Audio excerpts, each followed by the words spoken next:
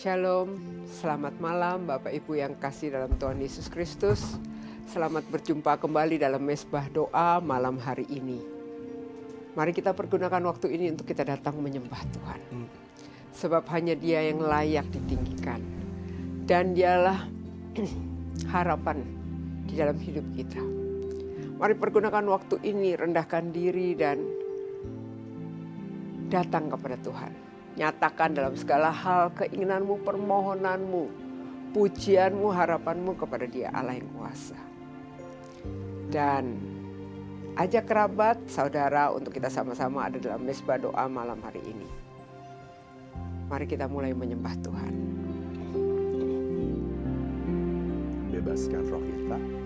Jiwaku bertanya, apakah masih ada harapan melewati tangisan, rasa sesak di dada. Imanku berkata, Tuhanku yang pegang kuasa, Dia selalu bekerja, meski mataku tak melihat, walaupun gunung itu tak berpindah, tetap percaya Kau yang punya kuasa. Sekalipun ku dalam lembah gelap, tak mengapa asal Kau di sampingku. Walaupun masalahku masih ada, tetap percaya rencanamu terindah. Pribadimu takkan pernah berubah. Iman yang aku pegang, padamu Tuhan yang setia. Jiwa kami berkata, Tuhan, jiwaku bertanya, apakah masih ada harapan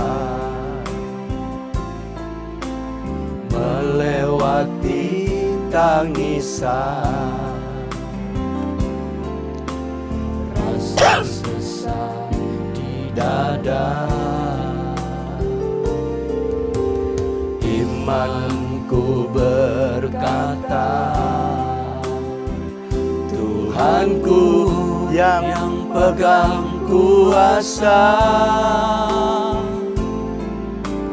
Dia selalu bekerja, meski mataku tak melihat, walaupun gunung itu tak berpindah, tetap percaya Kau yang punya kuasa. Sekalipun ku dalam lembah gelap, tak mengapa asal Kau di sampingku. Walaupun masalahku masih ada, tetap percaya rencanamu terindah. Pribadimu takkan pernah berubah. Iman yang aku pegang, padamu Tuhan yang setia. Walaupun gunung itu tak berpindah, ya Tuhan, tetap percaya Kau yang punya kuasa. sekalipun ku dalam lembah gelap. Ya Tuhan, tak mengapa asal kau di sampingku. Walaupun masalahku masih ada, tetap percaya rencanamu terindah. Pribadimu takkan pernah berubah. Iman yang aku pegang padamu Tuhan yang setia. Mari sembah Tuhan. Kirana namo, kirana lama yasana namo, shirarana rarano, trikarana lama yase. Haleluya, Yesus. Shikarana rarala paya santana ramu.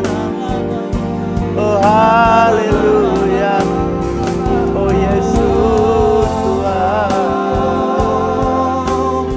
Korala basyana rala batakana rala pasakana rala. Haleluya, Tuhan. Syukarana rala siana rala lama yase. Percaya kepadamu.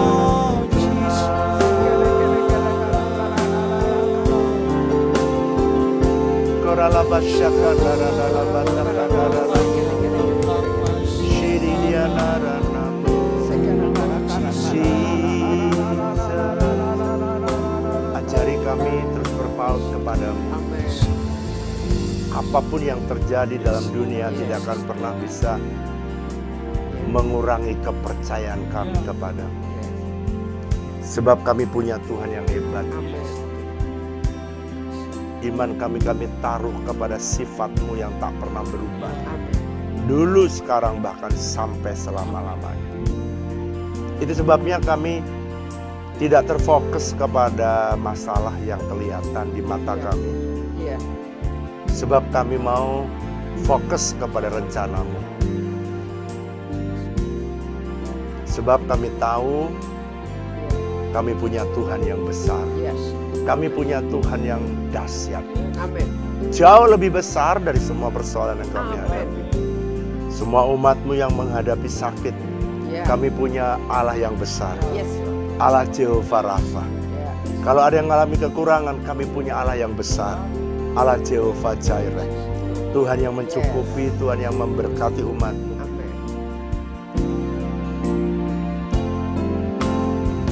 Aku punya Tuhan yang besar, yang telah berjanji dan sanggup menggenapi.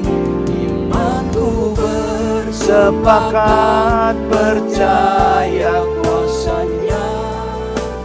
Ku terima sekarang kemenangan dari-Mu. Aku punya Tuhan yang besar, yang telah berjanji dan sanggup menggenapi firman-Ku. Bersepakat percaya kuasa-Nya. Ku terima sekarang kemenangan dari. Sekali lagi katakan, aku punya Tuhan yang besar. Aku punya Tuhan yang besar, yang telah berjanji dan sanggup menggenapi. Imanku bersepakat percaya kuasa-Nya. Ku terima sekarang kemenangan dari-Mu. Ku terima terima sekarang, ku terima sekarang kemenangan darimu. Ku terima sekarang, ku terima sekarang kemenangan darimu.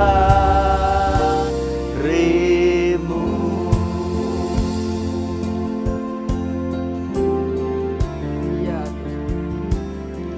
kami mau terima Tuhan kemenangan daripadamu.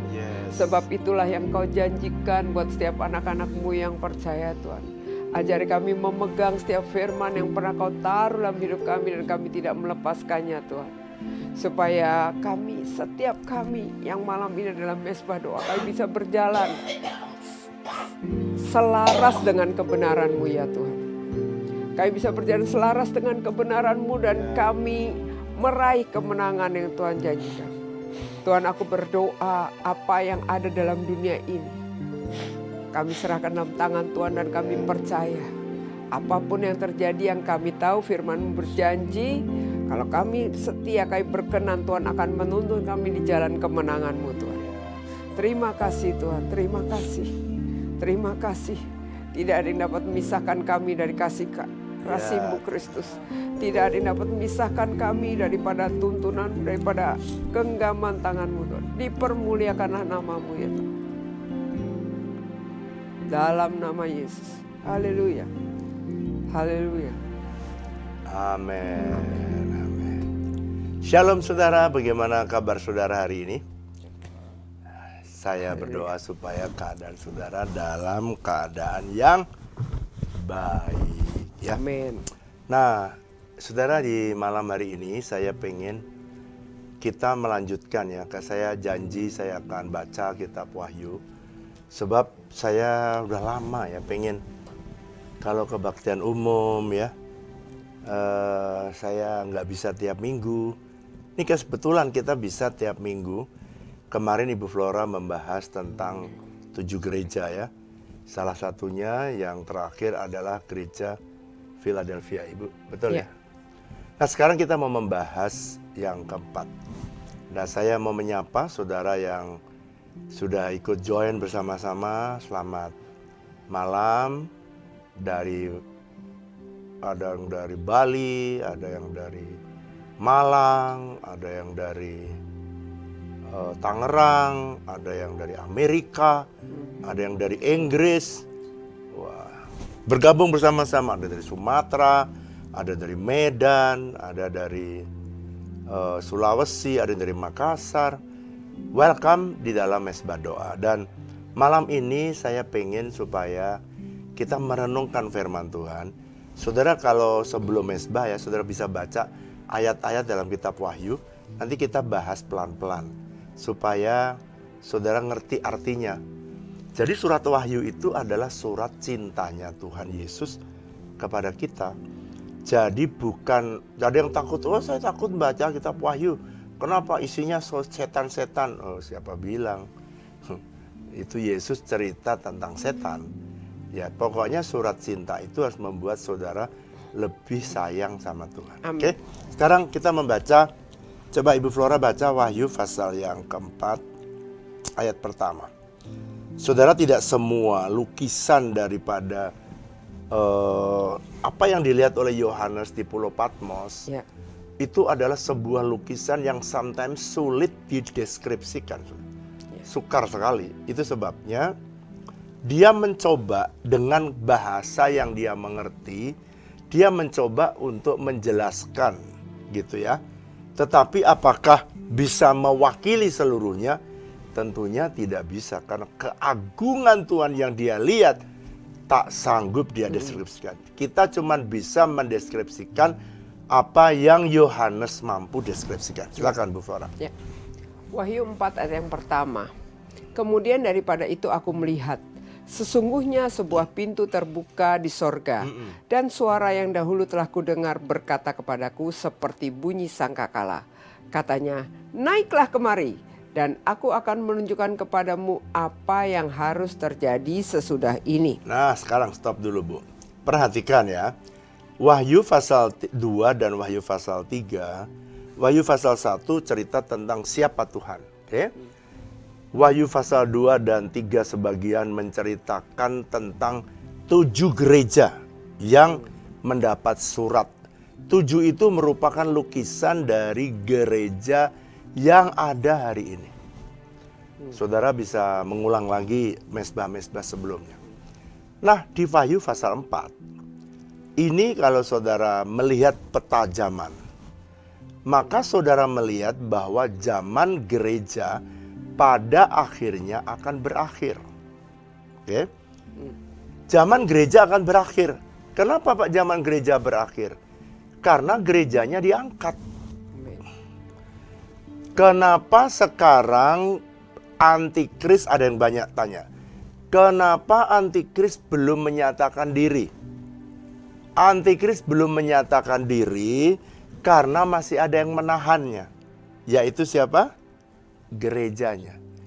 Saudara dan saya, gereja Tuhan, yang menantikan kedatangan Tuhan yang kedua kali adalah pribadi-pribadi yang bisa menahan munculnya antikris.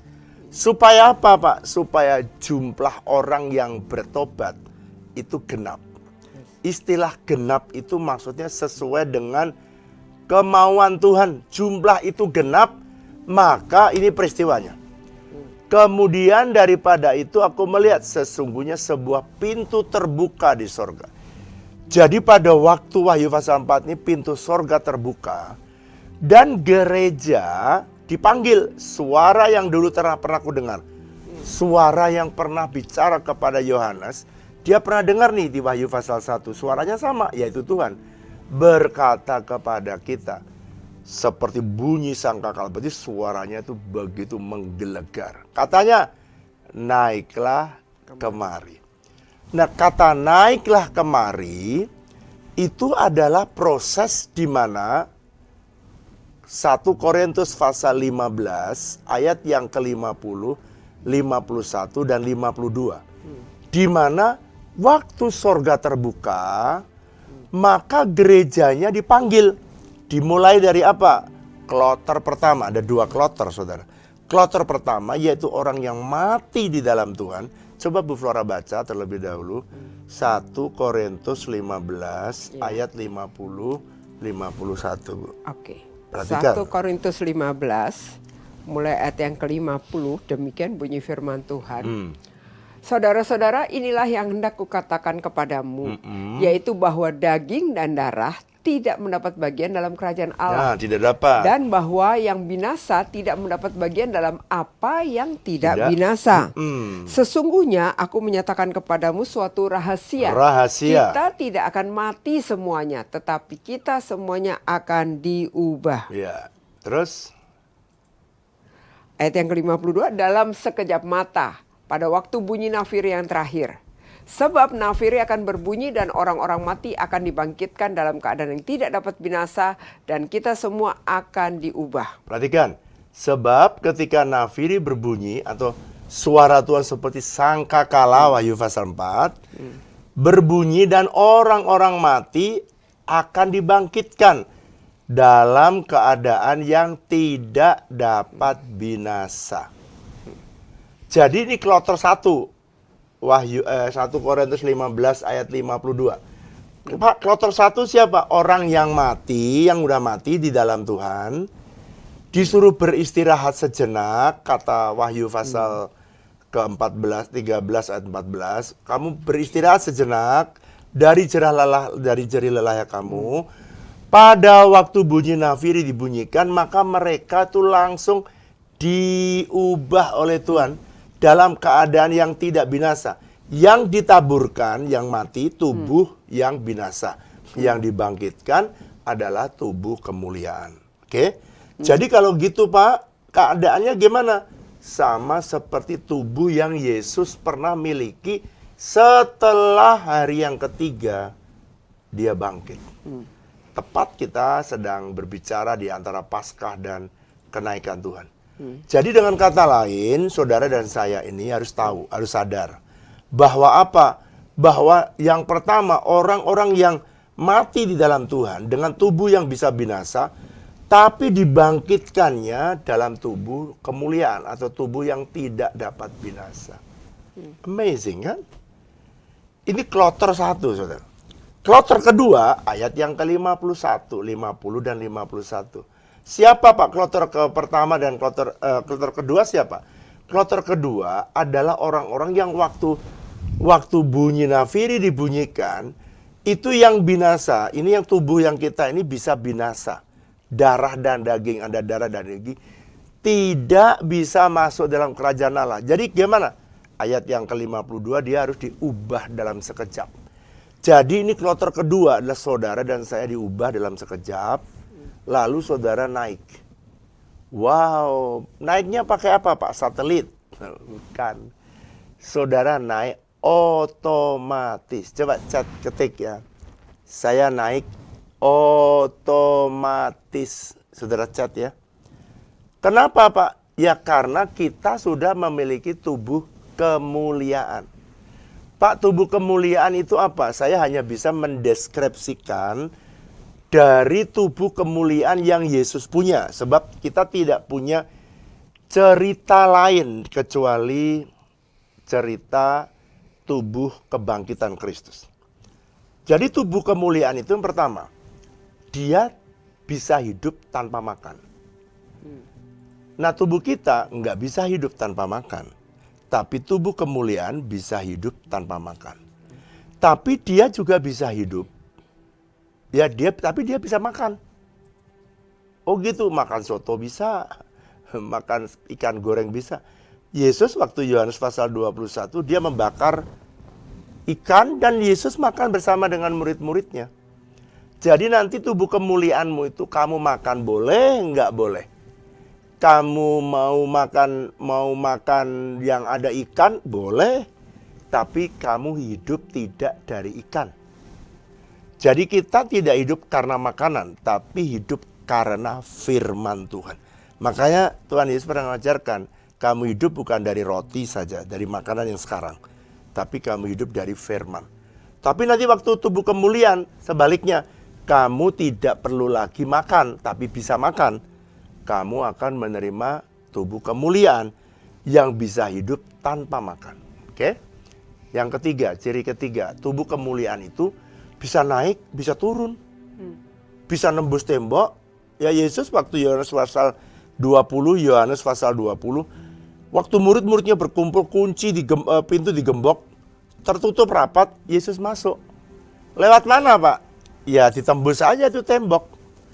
Jadi tubuh kemuliaan itu bisa nerobos lewat tembok.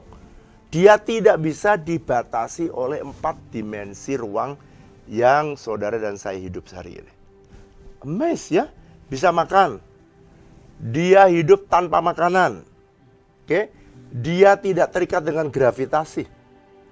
Dia bisa nembus semua pintu-pintu. Jadi tubuh kemuliaan itu luar biasa. Lah kalau saudara proses penyempurnaannya, kalau saudara tahu pertama kali disebut justification atau pembenaran, justification. Saudara dibenarkan, roh saudara yang baru. 2 Korintus 5 ayat 17. Yang lama sudah berlalu, yang baru sudah datang. Tapi setelah itu saudara sekarang menguduskan diri. Ini prosesnya namanya sanctification. Semua orang Kristen berjuang supaya hidup dalam kekudusan. Saudara diseparate, saudara dipisahkan menjadi kades atau kudus atau kados. Tapi pada waktunya saudara akan mengalami pengangkatan. Ini Wahyu pasal 4 ayat 1. Naiklah kemari. Dan semua saudara peristiwa pemuliaan, perubahan dari tubuh jasmania menjadi tubuh rohani atau tubuh yang bisa binasa menjadi tubuh kemuliaan. Proses ini disebut glorification atau masa pemulihan tubuh kita. Jadi roh sudah, jiwa sudah, sekarang tiba waktunya glorification. Itu adalah pemuliaan. Oke, cukup jelas ya. Nah, sekarang Pak, apakah Wahyu pasal 4 ayat 1 itu peristiwa yang disebut rapture? Jawabannya iya. Jadi waktu sorga terbuka, lalu gereja dipanggil, naiklah kemari. Nah, saudara perlu tahu, ada banyak teolog yang menganut pre-tribulation, jadi gereja diangkat pada waktu sebelum aniaya besar. Ada orang yang percaya, ada para teolog yang percaya in the middle, ya, di tengah-tengah 3,5 tahun itu dia diangkat. Ada yang percaya itu. Ada juga yang terakhir, akhir 7 tahun baru diangkat. Itu pesta kawin anak domba udah selesai. Nah, kalau gitu Pak Wirya percaya yang mana? Saya percaya Wahyu pasal 4 ayat 1, ayatnya jelas.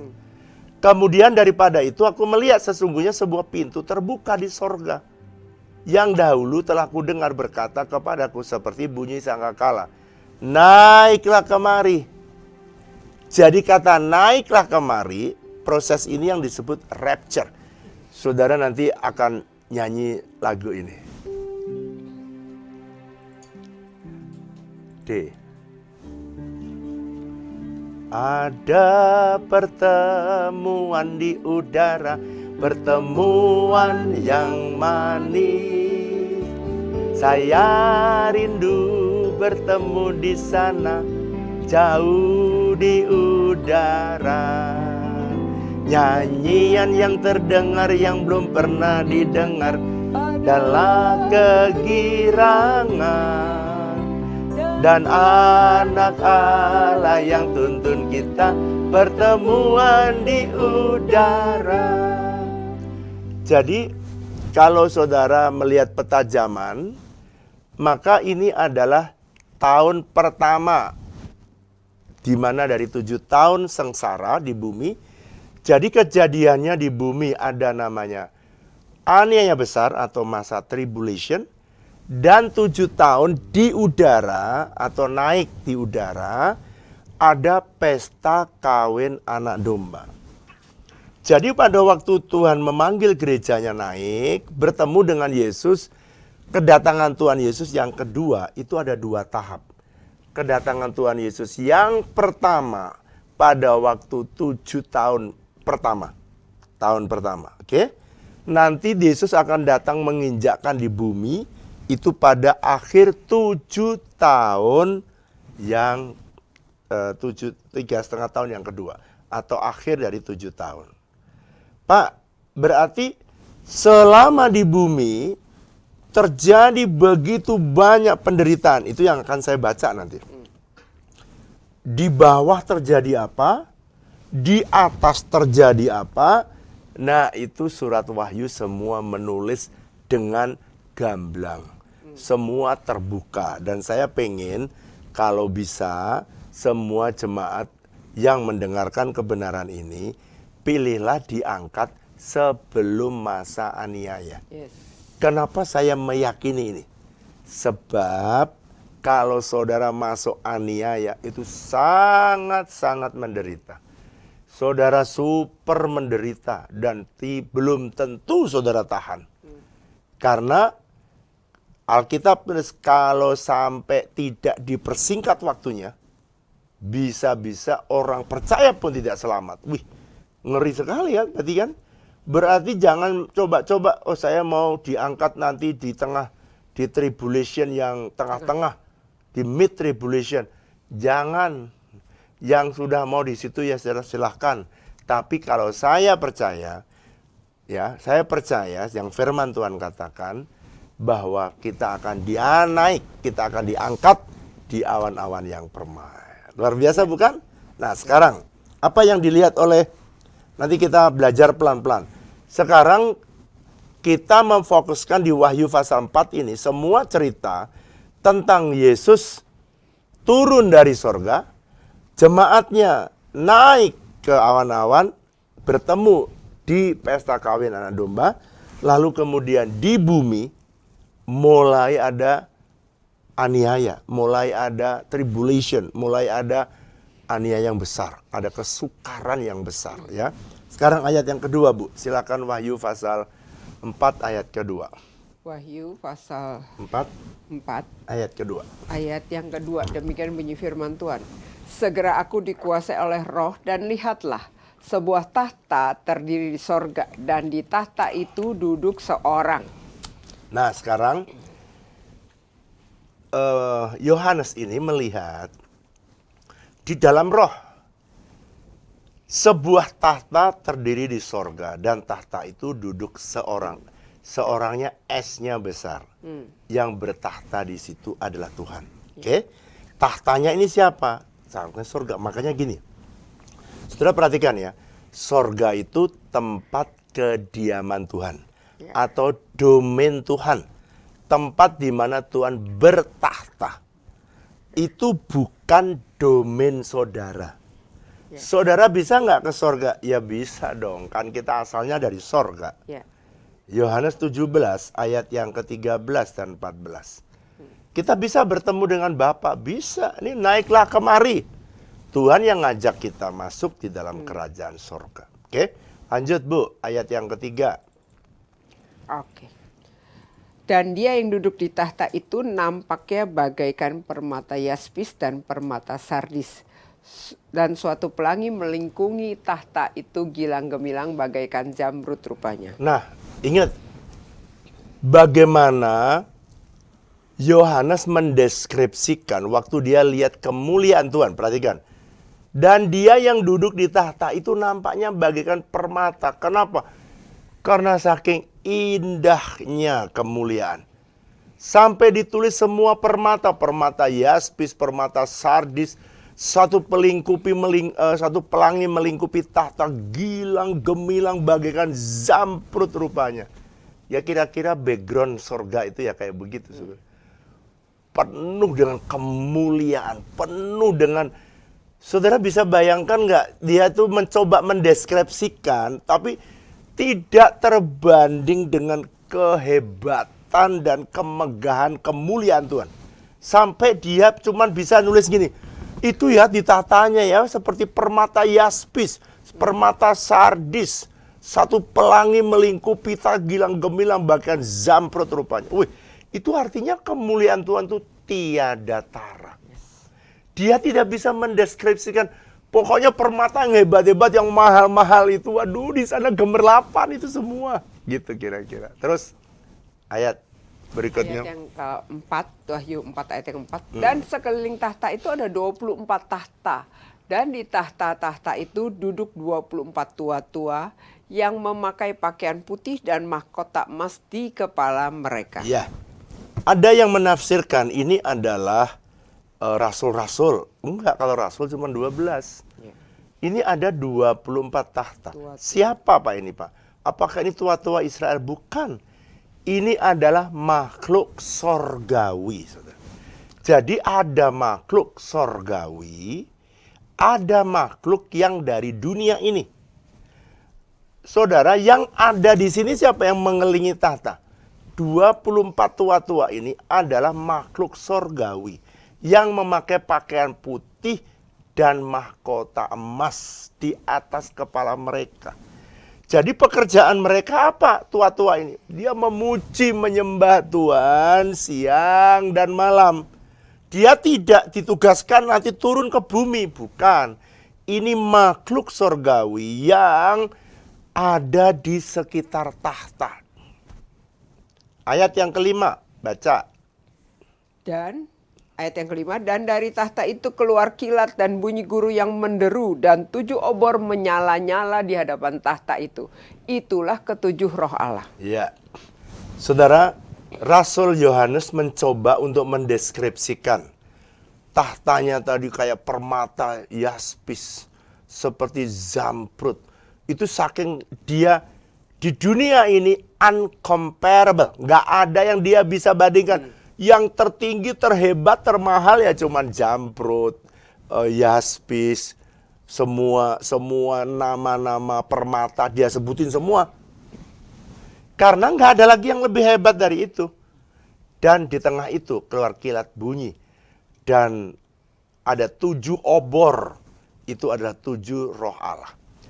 Ilustrasi 7 roh Allah, bukan roh Allah ada 7.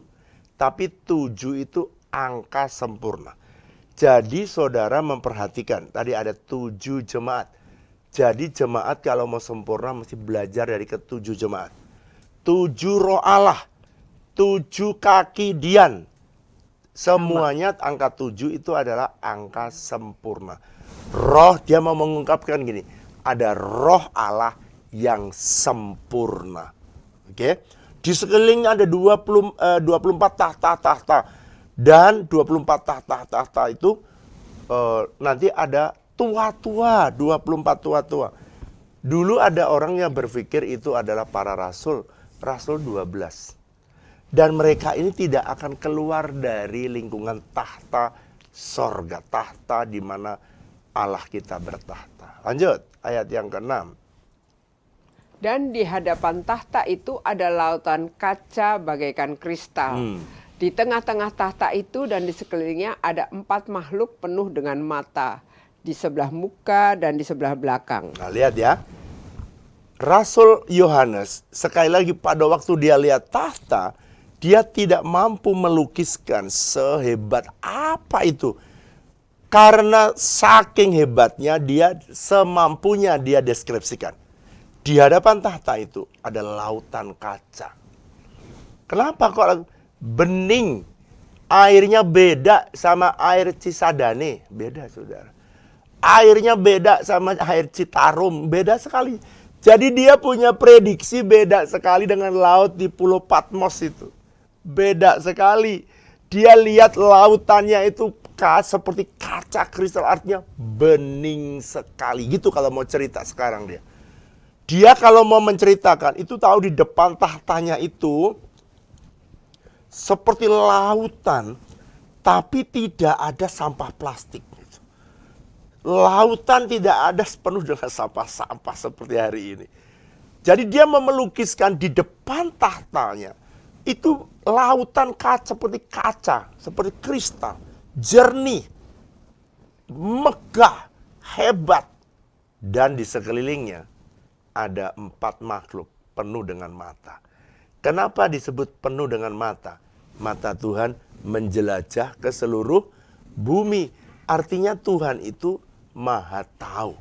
Dia mau melukiskan bahwa makhluk ini penuh dengan mata di sebelah muka dan di sebelah belakang. Saya tanya saudara, biasanya mata ada di sebelah mana? Depan atau belakang? Depan. Tapi kalau makhluk surgawi yang diungkapkan ini, itu melukiskan gambaran Tuhan. Dia mau mendeskripsikan orang yang berkeliling di sekitar tahta itu, merefleksikan kemuliaan Tuhan. Matanya di depan ada, samping ada, belakang ada. Depan ada. Tujuannya apa? Ini melukiskan bahwa kamu tuh nggak bisa ngumpetin sesuatu dari Tuhan. Ya. Semua terbuka, semua telanjang. Sekarang kita lihat, 4 makhluk ini lambang apa? Ini lukisan Tuhan juga. Ayat yang ke-7, adapun makhluk yang pertama-tama seperti singa. Dan makhluk yang kedua sama seperti anak lembu. Dan makhluk yang ketiga mempunyai muka seperti muka manusia. Dan makhluk yang keempat sama seperti burung nasar yang sedang terbang. Jadi 4 binatang ini itu melukiskan tentang kemuliaan Tuhan. Kehebatan Tuhan. Nah, coba nih ya. Ada makhluk yang pertama sama seperti singa.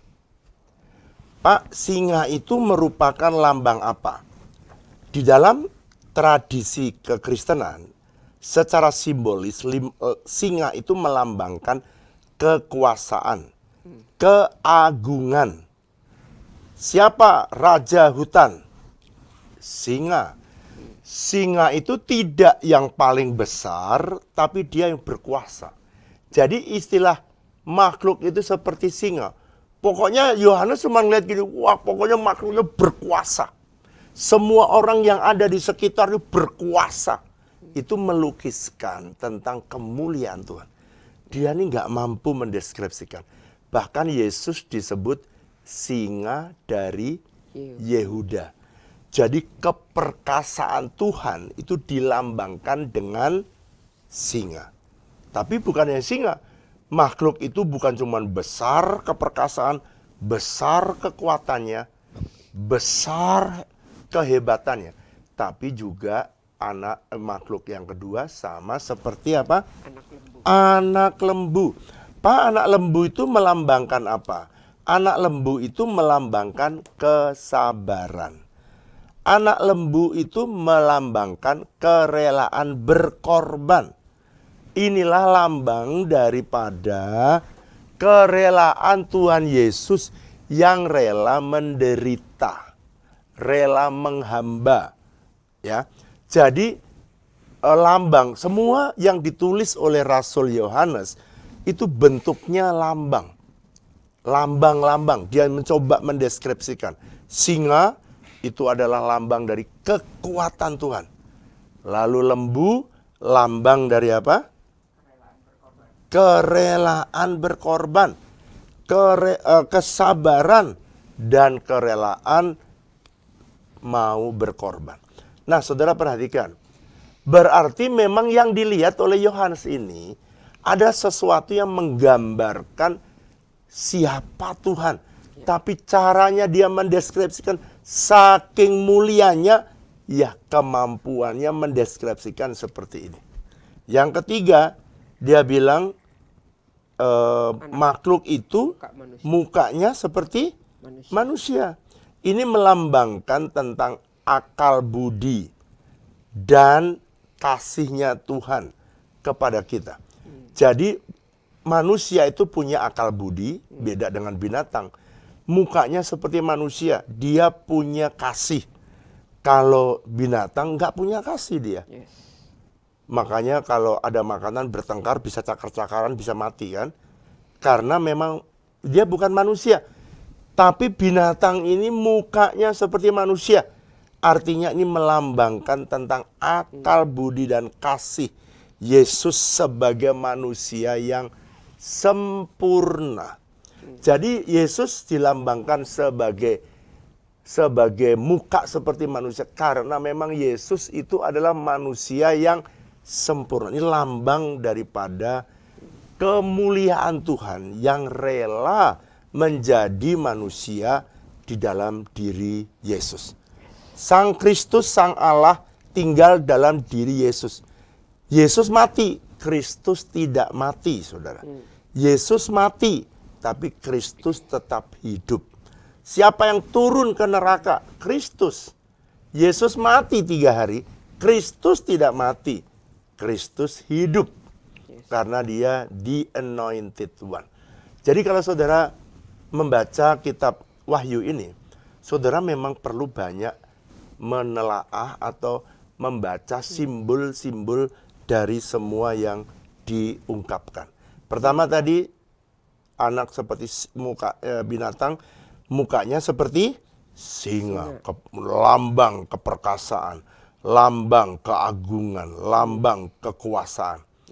Anak lembu, lambang kesabaran, lambang kesederhanaan, lambang kerelaan berkorban. Muka manusia melambangkan akal budi, melambangkan kasih yang tidak dimiliki oleh binatang yang lain. Tetapi ada binatang lain yang seperti burung nasar yang terbang. Ini melambangkan apa, Pak? Ini melambangkan tentang ketajaman Tuhan, tentang kecepatan Tuhan, tentang sifat-sifat ilahinya Tuhan.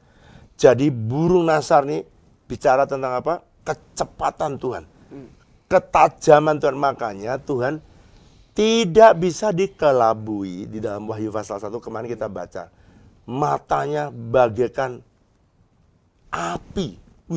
Matanya api. Dia tidak bisa dibohongin. Saudara, dia nggak bisa dibohongin oleh kita.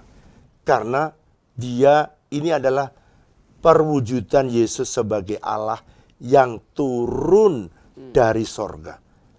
Ya, pandangannya tajam, mempunyai sifat-sifat ilahi. Jadi lambang daripada burung nazar itu bicara tentang kecepatan Tuhan. Melambangkan tentang pandangan yang tajam, yang tidak bisa dikelabui oleh kita manusia. Terus. Ayat yang ke-8. Dan keempat makhluk itu masing-masing bersayap 6. Sekelilingnya dan di sebelah dalamnya penuh dengan mata. Dan dengan tidak berhenti-hentinya mereka berseru siang dan malam. Kudus, kudus, kuduslah Tuhan Allah yang Maha Kuasa, yang sudah ada dan yang akan datang. Coba respon apa yang seharusnya saudara dan saya lakukan kalau lihat 4 binatang yang merupakan perwujudan kemuliaan Tuhan. Dia matanya tajam, widih, Burung Nasar. seperti burung nasar. Dia nggak bisa dikelabui. Ya saudara dan saya tidak bisa cara lain. Respon saudara harus hidup dalam kekudusan. Coba baca sekali lagi. Diulangi lagi sama Rasul Petrus. 1 Petrus pasal yang pertama.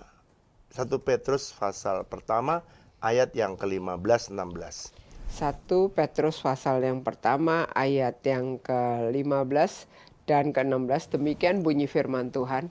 Tetapi hendaklah kamu menjadi kudus di dalam seluruh hidupmu, sama seperti Dia yang kudus yang telah memanggil kamu.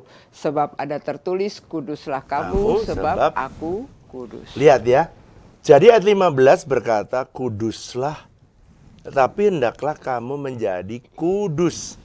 Karena Yohanes itu melihat Tuhan, itu sesuatu yang dia hampir tidak mampu deskripsikan. Tadi saya coba deskripsikan kepada saudara. Tuhan tuh nggak bisa dikelabui sama kita. Dia matanya tuh tajam. Ya, lukisan-lukisan keilahiannya tidak bisa tertutupi oleh saudara yang ngumpet dari Tuhan. So that's why saudara dan saya paling aman itu hiduplah dalam kekudusan. Kalau saudara malam ini ada yang saudara berdosa, menyimpang dari Tuhan, atau mungkin ada yang affair dengan orang lain, ada yang selingkuh dengan orang lain, mungkin nyuri duitnya Tuhan, gitu. Saudara mencuri duitnya papa, mencuri duitnya mama, mungkin mencuri duitnya saudara. Semua dosa kelihatannya tidak ada orang yang tahu dan kamu tutup rapat. Ingat ya, matanya itu tajam. Dia seperti burung nasar, dia terbang cepat dan tidak bisa dikelabui oleh apapun hidup. Jadi respon, makanya tadi Wahyu pasal 1 ayat yang tadi terakhir Wahyu pasal 4 ayat yang terakhir kita baca. Dia bilang gini, keempat makhluk itu sekeliling sebelah dalam penuh dengan mata. Kenapa kok dipenuhi dengan mata? Tuhan itu nggak bisa saudara dan saya kelabui. Maka dia berseru siang dan malam. Kudus, kudus, kuduslah Tuhan. Yang Maha Kuasa, yang sudah ada dan yang akan datang. Apa artinya? Saudara hanya bisa bertemu dengan Tuhan kalau saudara dan saya hidup dalam kekudusan. Oke? Saudara bisa menikmati hadirat. Kadang-kadang kita nggak bisa menikmati hadirat Tuhan. Bukan karena Tuhan tidak mau menyatakan diri. Bukan karena kita tidak hidup dalam kekudusan. Coba saudara hidup kudus, saudara akan bisa merasakan kehadiran Tuhan dalam hidup saudara. Makanya yang hebat, Pak, respon saya apa? Saudara ya hidup kudus. Dan kalau saudara kudus, saudara bisa menikmati hadirat Tuhan. Tapi ada yang lebih hebat lagi. Ini banyak orang yang bertanya kepada saya, Pak, bagaimana supaya saya bisa mendengar arahan Tuhan? Mengerti, coba Ibu Flora baca. Matius pasal yang ke-5, ayat yang ke-7 coba. Matius 5 ayat yang ke-7, berbahagialah orang yang murah hatinya, karena mereka akan beroleh kemurahan. Ayat 8. Ayat yang ke-8, berbahagialah orang yang suci hatinya, karena mereka akan melihat Allah. Wow, lihat ya.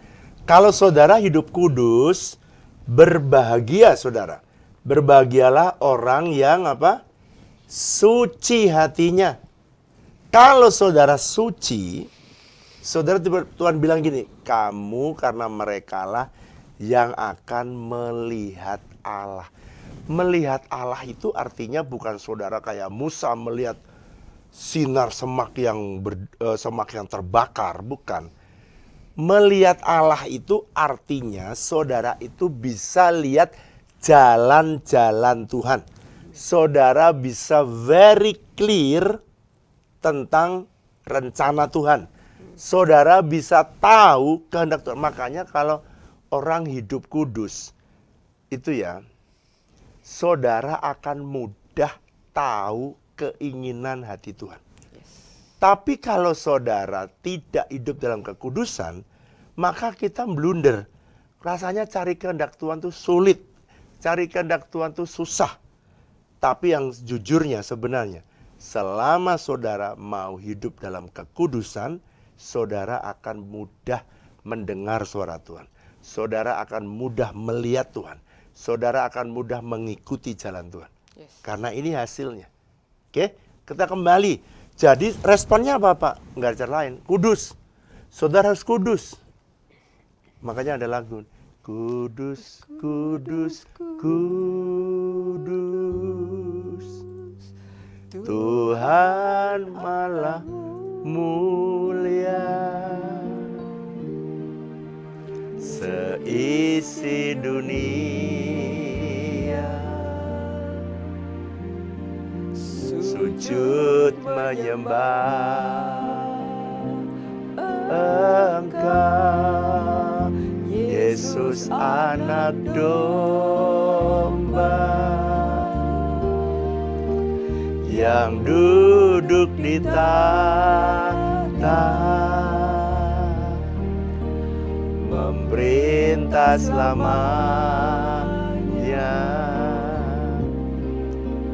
atas manusia. Jadi nanti saudara di sorga itu kudus, kudus, kudus. Saudara, makhluk sorgawi ini dia nggak pergi kemana-mana. Dia hanya ada di tahta. Oke? Jadi ini bukan makhluk yang turun ke muka bumi, enggak. Dia ini makhluk rohani. Jadi dia ini saudara sampai si Rasul Yohanes itu sampai sulit mendeskripsikan sebegitunya karena dia dekat dengan Allah. Sinar kemuliaannya Tuhan tuh memancar dari dalam kehidupan 4 binatang. Ya, keperkasaan, kelembutannya, ketajamannya, kerendahan hatinya, kerelaan berkorban. Semua itu deskripsi dari kemuliaan Tuhan. Sekarang ayat lanjutnya Bu, dikit lagi Bu. Ayat yang ke-9. Dan setiap kali makhluk-makhluk itu mempersembahkan puji-pujian dan hormat dan ucapan syukur kepada Dia yang duduk di atas tahta itu dan yang hidup sampai selama-lamanya, maka tersungkurlah ke-24 tua-tua itu di hadapan Dia yang duduk di atas tahta itu, dan mereka menyembah Dia yang hidup sampai selama-lamanya, dan mereka melemparkan mahkotanya di hadapan tahta itu sambil berkata, Ya Tuhan dan Allah kami, Engkau layak menerima puji-pujian dan hormat dan kuasa, sebab Engkau telah menciptakan segala sesuatu dan oleh karena kehendak-Mu semuanya itu ada dan diciptakan. Iya. Jadi makhluk itu semua nyanyi lagu ini. Ya Tuhan dan Allah kami, coba nyanyi dari dasarnya. Yesus Tuhan dan Allah kami, Engkau layak menerima pujian, hormat dan kuasa, sebab Kau telah ciptakan segalanya. Oleh karena kehendak-Mu semuanya itu telah ada dan diciptakan untuk kemuliaan-Mu.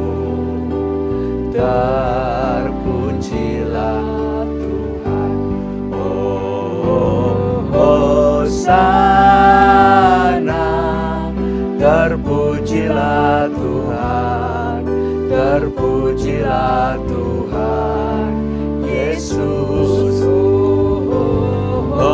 Hosana, terpujilah Tuhan, terpujilah Tuhan Yesus. Silakan Ibu Flora akan berdoa untuk semua pokok-pokok doa saudara. Mari Bapak Ibu yang dikasihi Tuhan, kita akan sama-sama tundukkan kepala kita berdoa buat setiap pokok-pokok doa yang dimasukkan.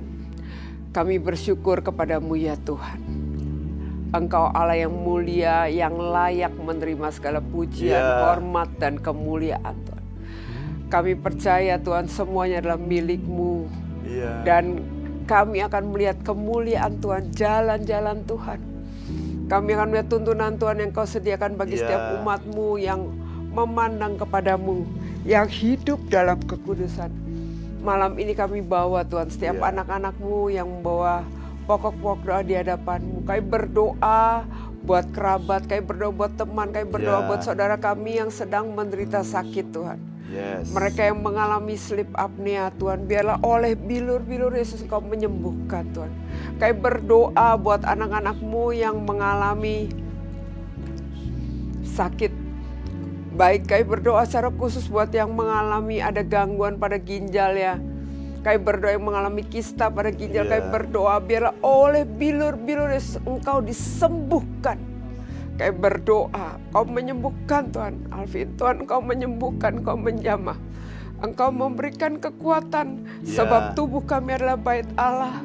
Dan kami percaya tubuh kami persembahkan ke dalam tangan Tuhan. Kami berdoa buat anak-anak-Mu yang sedang menjalankan pengobatan di rumah sakit.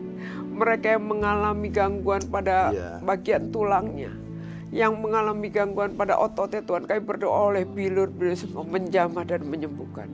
Kami juga berdoa Tuhan yang mereka yang mengalami gangguan jantung Tuhan, yang mengalami kesulitan untuk tidur Tuhan, gangguan pada jantung, kami berdoa. Kami punya Tuhan yang jauh lebih besar daripada apa yang kami alami. Kami berdoa Engkau menjamah dan menyembuhkan mereka yang mengalami gangguan pada jantungnya.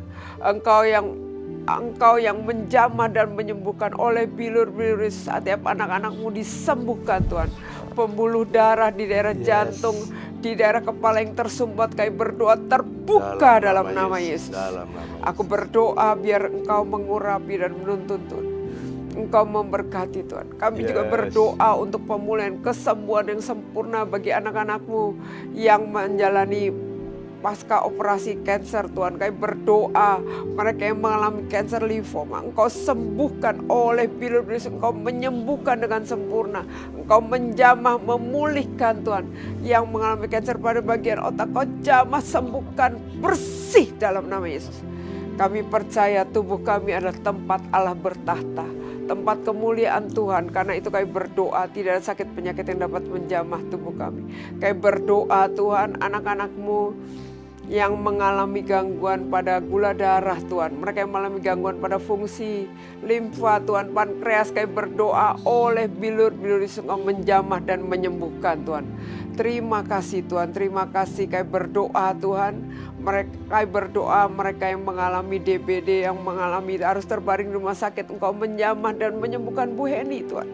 Kami berdoa oleh bilur-bilur Yesus Bu Heni disembuhkan. Terima kasih Tuhan, terima kasih. Terima kasih Tuhan, kami berdoa anak-anak-Mu yang membutuhkan kekuatan-Mu untuk bangkit dari keadaan yang terpuruk. Kami berdoa, berikan kami percaya, buat kami berpegang pada firman-Mu, firman yang menghidupkan dan firman yang menyembuhkan. Dan kami berdoa biar umat-Mu bangkit daripada keterpurukannya, sebab Engkau menetapkan kami sebagai umat yang berkemenangan. Dan Tuhan mau membawa kami melihat tuntunan arahan-Mu Tuhan dalam kekudusan-Mu Tuhan.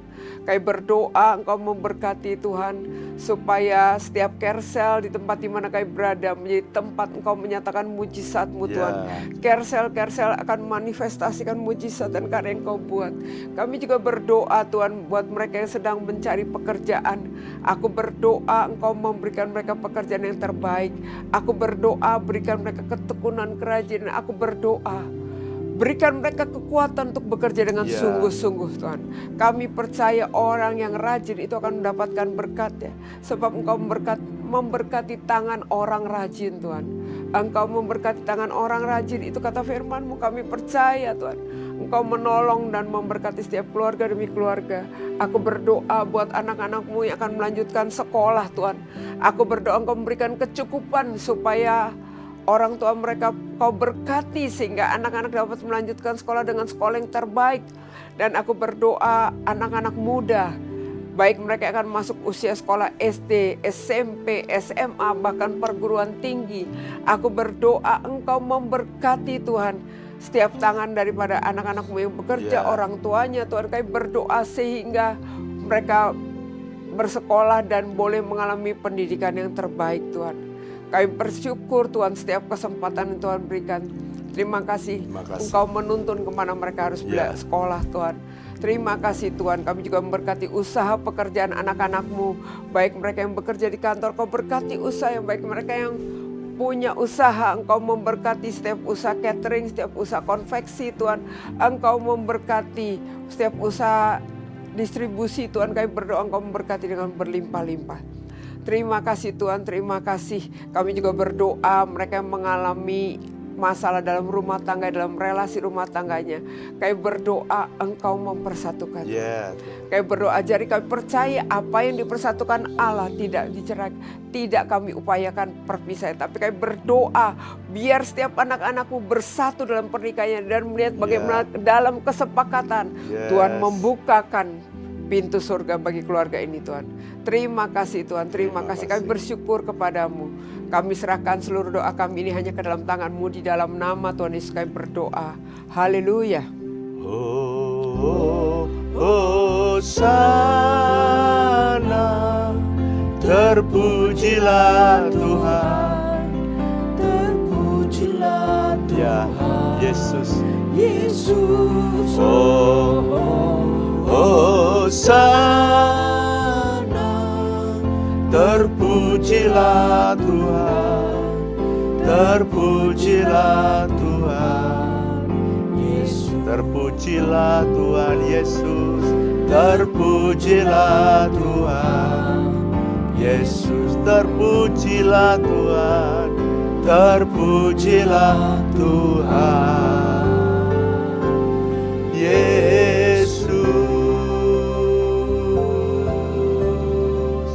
Mari angkat dua tanganmu dan terimalah berkat Tuhan. Biarlah berkat kasih karunia dan damai sejahtera yang berlimpah-limpah dari Allah Bapa, kasih dan cinta dari Tuhan Yesus Kristus, persekutuan yang manis dengan Allah Roh Kudus, kiranya menyertai Bapak Ibu Saudara sekalian mulai hari ini bahkan sampai selama-lamanya. Yang percaya sama-sama katakan amin. Sampai jumpa pada mesbah berikutnya. Tuhan Yesus memberkati.